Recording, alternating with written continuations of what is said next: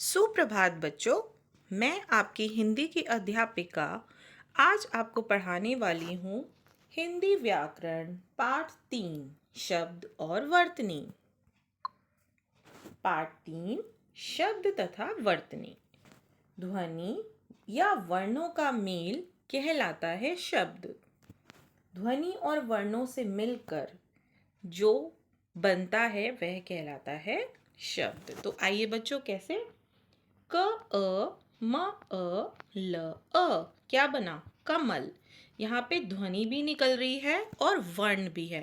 ध्वनि और वर्णों का मेल बनेगा शब्द। प उ स त अ क अ पुस्तक। शब्द के दो रूप होते हैं, सार्थक शब्द और निरर्थक शब्द। सार्थक अर्थात जिसका अर्थ होता है और निरर्थक अर्थात जिसका अर्थ नहीं होता। सार्थक शब्द जिन ध्वनि या वर्ण समूह का कुछ ना कुछ अर्थ निकलता है उन्हें सार्थक शब्द कहते हैं, जैसे सड़क, धरती, रोटी आदि। तो बच्चों, इन सभी शब्दों के अर्थ निकल रहे हैं तो ये सार्थक शब्द कहलाएंगे। निरर्थक शब्द जिन ध्वनि या वर्ण समूह का कोई अर्थ नहीं निकलता है उन्हें निरर्थक शब्द कहते हैं, जैसे रसक, तीरथ, ईरो। क्या इन शब्दों का कोई अर्थ है बच्चों? नहीं, इन शब्दों का कोई अर्थ नहीं है, तो यह है निरर्थक शब्द। अब शब्द भाषा में कई काम करते हैं, जैसे नाम शब्द और काम शब्द। हम नाम शब्द को संज्ञा भी कहते हैं क्योंकि संज्ञा में नाम का प्रयोग होता है और क्रिया में काम शब्दों का प्रयोग होता है। तो आइए कुछ नाम शब्द और कुछ काम शब्द पढ़ें। संज्ञा: शामपट, कुर्सी, शेर, मेज, पुस्तक, मोहन। और काम शब्द अर्थात क्रिया: खेलना, सोना, उठना, पढ़ना, जागना, बैठना। अशुद्धि शोधन: भाषा में उच्चारण और वर्तनी की अशुद्धियों में गहरा संबंध है। हम जैसा बोलते हैं वैसा ही लिखते हैं। अशुद्धियां दूर करने के लिए मात्राओं का सही ज्ञान और उच्चारण आवश्यक है।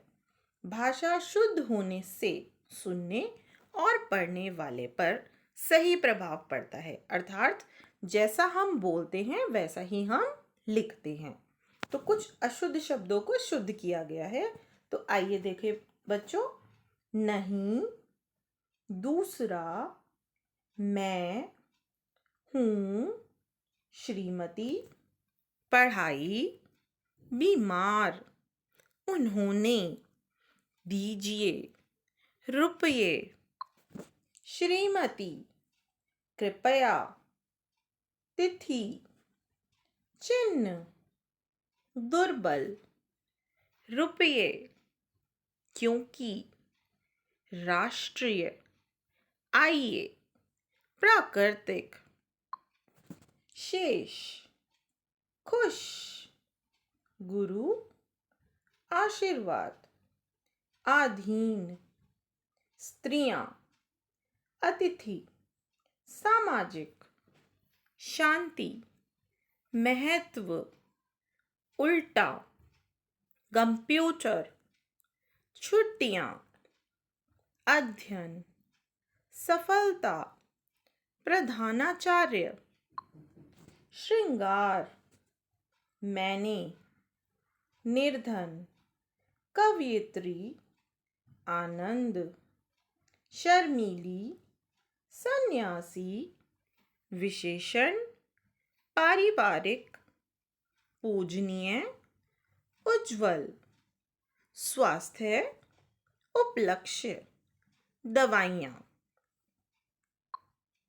तो आइए दोहराएं बच्चों। ध्वनि या वर्णों के मेल को शब्द कहते हैं। शब्द दो प्रकार के होते हैं, सार्थक शब्द और निरर्थक शब्द। आशा करती हूँ बच्चों आपको यह पाठ समझ में आ गया होगा। धन्यवाद।